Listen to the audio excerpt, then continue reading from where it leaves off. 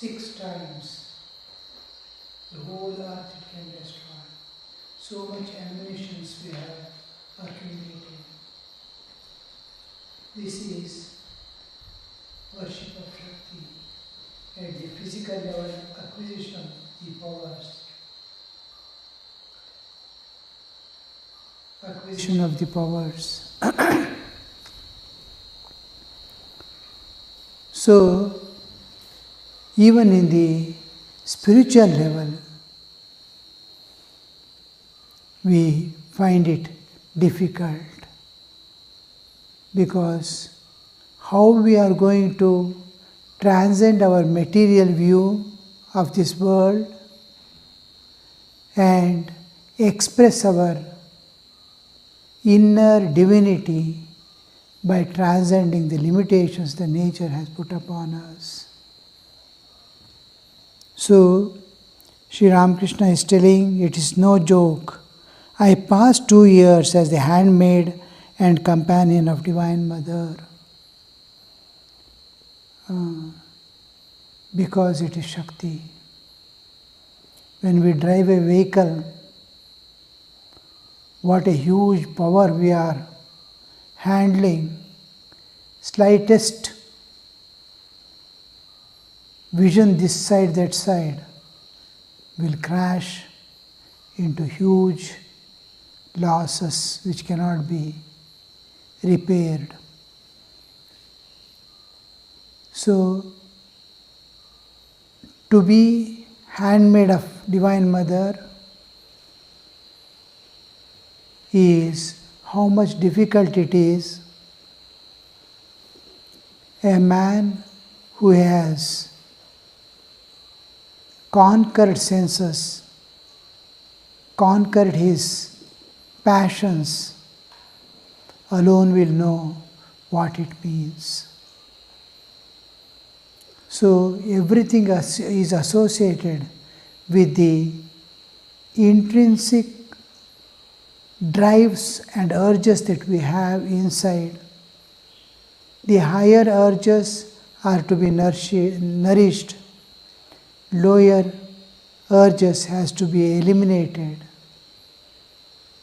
And in this process, we have to use our own divine awareness and viveka, discriminative power, to transcend. And there are standard ways the sages have given to us, and we go by that path. But my natural attitude has been always that of a child towards mother. Hand companion is entirely different from to be a child towards its mother, because it is the object of great love. Mother is an object of great love. And then we see, secondly, an unfailing security. Mother is an unfailing security in life. So total dependence of mother on mother comes.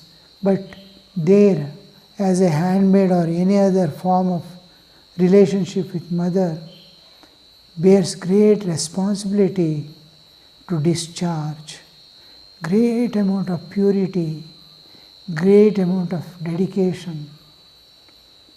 I must be totally eradicated, and I remains as only Jnana Shakti. I will not have Kartritva and Bhoktritva. Even Kartritva has to be given up when you worship the Divine Mother. So in case of a child approaching mother, it has no fear, it has no anxiety, it has no problems. Everything mother knows, everything mother takes care.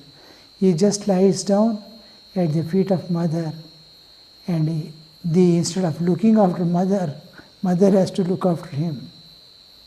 Like many disciples who went to Sri Ramakrishna to serve him had to be served by Sri Ramakrishna. So I regard the breasts of any woman as those of my own mother. An important thing, especially in the life of sadhakas, because when a girl grows to age, she associates these to her youth. Onlooker also associates with the youth. And how to dematerialize it, how to transcend it, how to divinize it is the moment you see, if it is materialistic attitude with which we see, then immediately the mind must go to the Divine Mother who is feeding every jiva, from an ant to a plant and whatever animals and life is there on the earth or anywhere, Mother is feeding. Every mother is feeding its child, and exclusively it is a part of motherhood. It is not a part of youth at all. It is exclusively given for the child to grow. Whether it is an animal life or any other life or human life, it is Divine Mother who has provided food for every child through Mother. The moment he understands this concept, then immediately he transcends all the defects the Maya can produce, the Avidya can put forth, and he immediately divinizes every aspect of this world.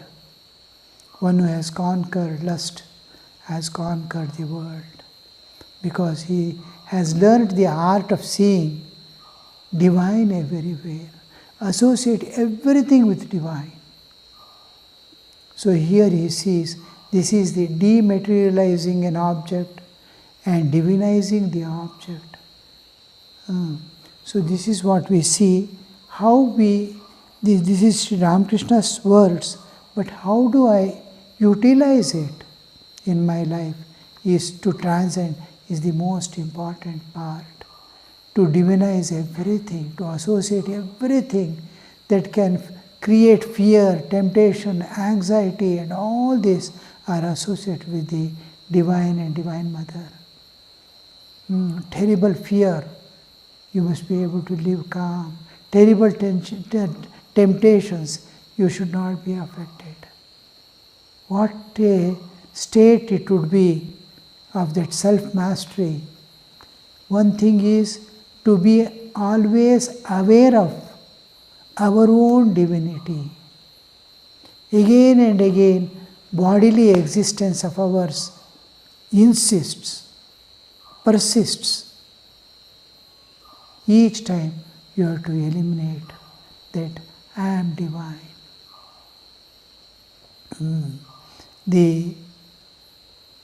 Don't worry about your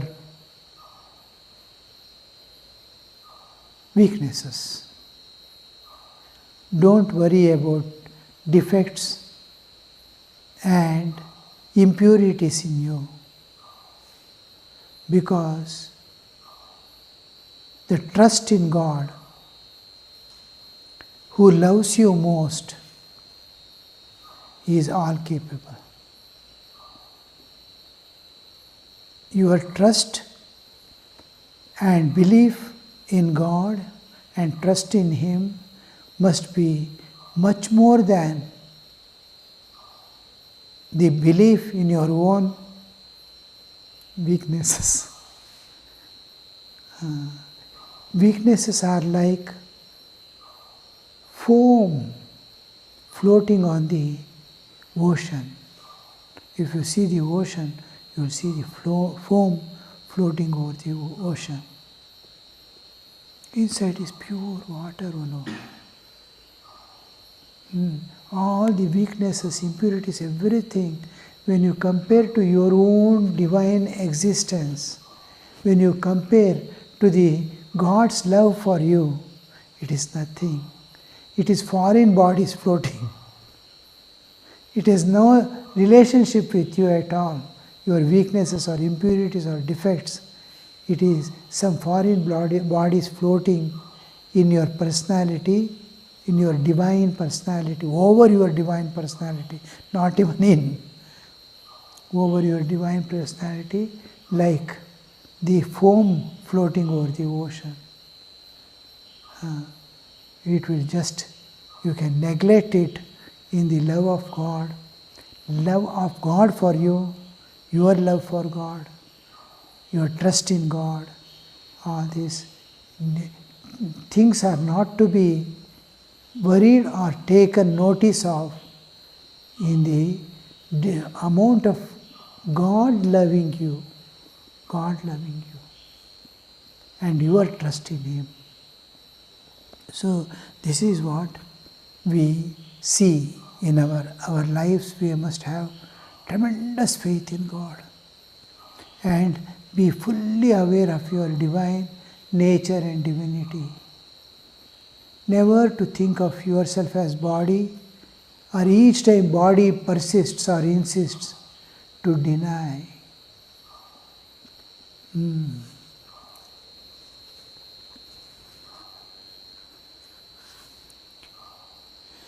Women are all of them the veritable images of Shakti. This is what I told. The mother wants, Divine Mother wants two things. And it is responsibility, and it is something like the nature of the nature or nature of God to preserve this world.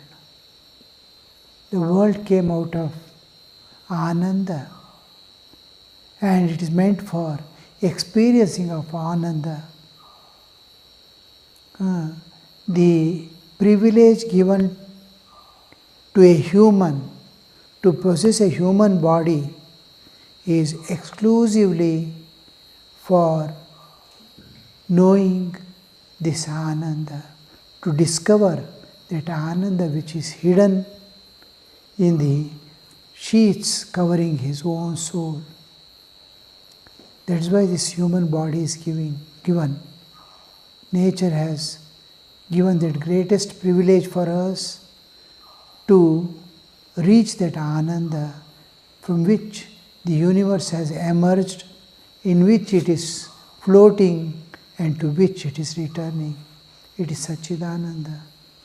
And we are seeing Sukha Dukkha here because of identification with the body. And the same body has to be utilized to transcend the nature and go beyond. Not only it is privilege given to us as human body, but also it is demand of nature that you must realize God. You must realize your own self. You must realize that Ananda that you are within yourself. So this is what ultimately, lastly, you see specific and special manifestation of Divine Mother in this universe is all women, every woman, here he specifically mentions, all of the women are, all of them, the veritable images of Shakti. Because the preservation of the universe, preservation of the society, preservation of culture, preservation of spirituality, everything is done by women. Suppose there is a war, the whole destruction is done by men only. Hundreds of years women strive silently unseen to build up that society again. Culture gets destroyed for various reasons, especially because of the scientific developments. Culture and spirituality comes down to the very low level as the comforts and luxuries expand. Our spiritual awarenesses go down. Materialism gets more and more attraction for the people. God becomes an object of reasoning. It is no more object of faith. And reasoning, God is always denied, because reasoning cannot reach God. It is faith and love that reaches God. Through reasoning, we can deny existence of God, but it is difficult to prove the existence of God. Only experience, then the pain and suffering comes, inevitably. Nature doesn't allow any child of hers to go astray into the materialism. The consequences will be very severe, for it makes man helpless and turn to the divine again. So before the nature takes up rod, it is human responsibility to turn to the divine. So when both men and women themselves, when they understand they are the representatives of Divine Mother on this earth, they will have a entirely different attitude towards themselves, towards the world, and towards the Divine Mother, towards God. All aspects, the nature, the universe, themselves, and the concept of God changes with the understanding that every woman is a representative of Divine Mother and deserves this worship. And here, this is a extremely honored concept throughout the humanity, and you find it in other religions also. Once upon a time, there was, we see in the historical references, that woman worship was there. But in Hinduism, it has been there from the beginning of civilization till today. It is flowing in an unbroken stream, the worship of Divine Mother, and worship of woman as representative or agent or a symbol of Divine Mother, or as Divine Mother herself. Sri Ramakrishna Sir makes it very clear and gives validity to it and re-establishes this concept of worshipping of woman by worshipping his own wife. Not his own mother, but his own wife.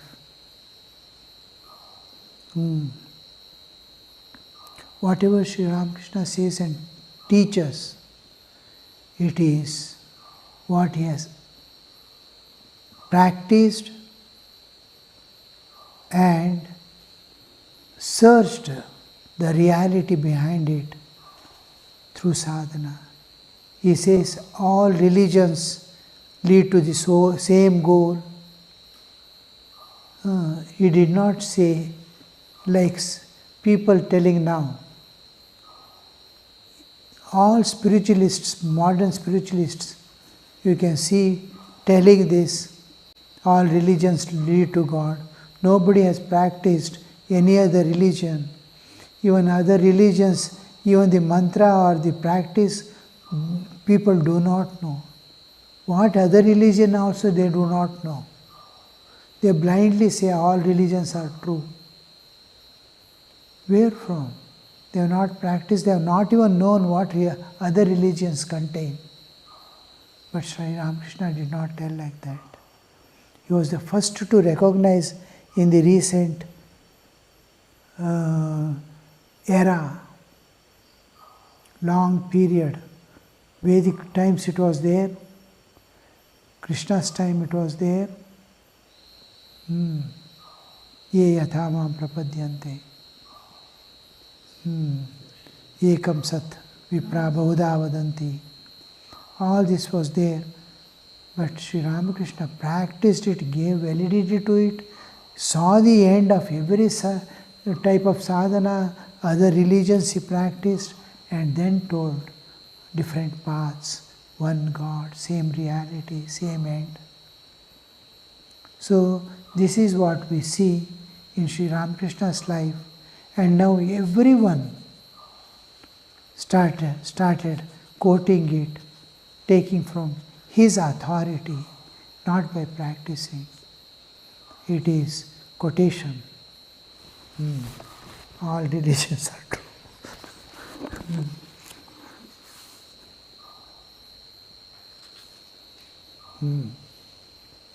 India, in northwest India, the bride holds a knife in her hand at this time of marriage.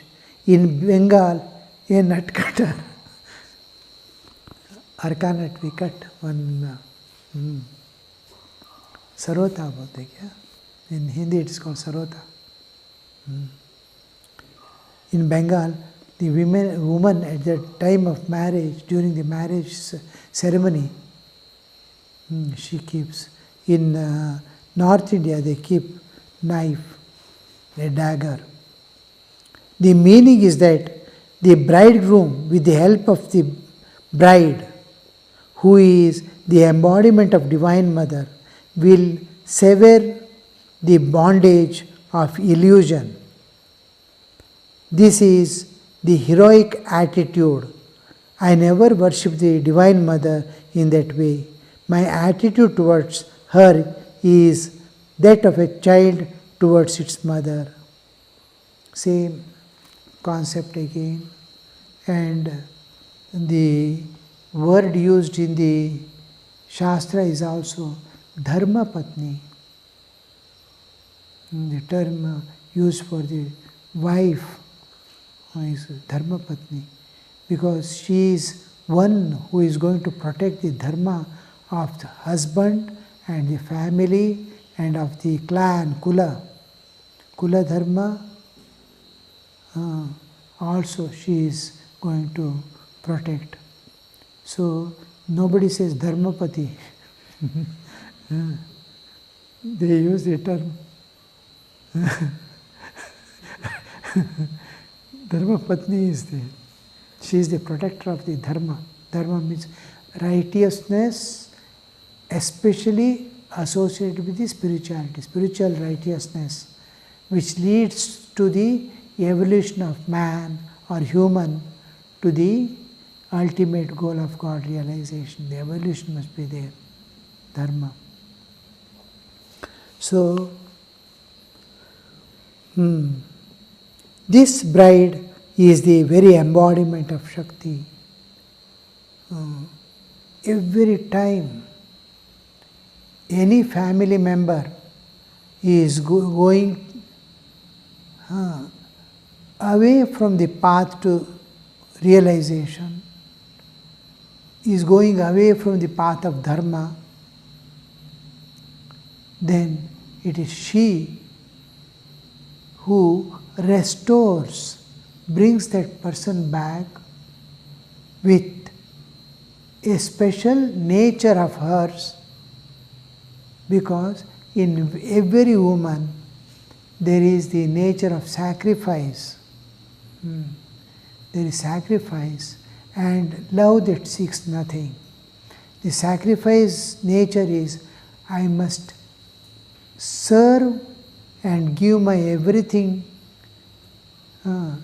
The women body, women psychology, mind and whole system is Tyaga Sharira. Man's is Bhoga Sharira. So the woman, because of the Tyaga, dedication, Tyaga, wherever there is sacrifice, there is the power to transform. If there is no sacrifice, nobody honors, nobody respects, nobody accepts the word, nobody accepts the authority. There must be sacrifice, infinite patience, lot of patience to bear, and manifestation of unconditional love. And unconditional love comes only when there is divine existence. The more I think of myself as, because pure love, uncontaminated love, is manifestation of the Atman. Love is manifestation of the Atman. So if I am thinking of myself as body, I cannot give pure love. So love to be pure, I must be aware of my divinity. And I cannot serve others, transform others, or love others if I have a single desire inside. If I have a single desire, in and through loving, in and through serving, in and through transforming, I am going to fulfill that one desire which is within me. So I must be desireless if I want to give unconditional love. I have no desires. Many times we feel, I have no desires, I have no desires. If you search within, you will find highest amount of desires are there. If you just block nose, you will know how much desires are there. The struggle to come back to life, how much you don't want to die. Not to die is a desire. Clinging, it's called clinging to life. Abhinivesha. If mother says, I don't want, I have no desires in my life. If her child is being taken away, then she will know whether there is desire or not. She never wants to part from the child. So desires in some form or other, when desires are not there, he is realized soul. He has realized the truth. He is able to see truly the divine existing and divine playing the game of the world. Holy Mother says, if a man is desireless, he has realized God. That's what we see. Om Niranjanam Nityamanantarupam Bhaktanukampa Dritavigraham Vai Ishavataram Parameshamidhyam Tam Ramakrishnam Shirasa Namamaha.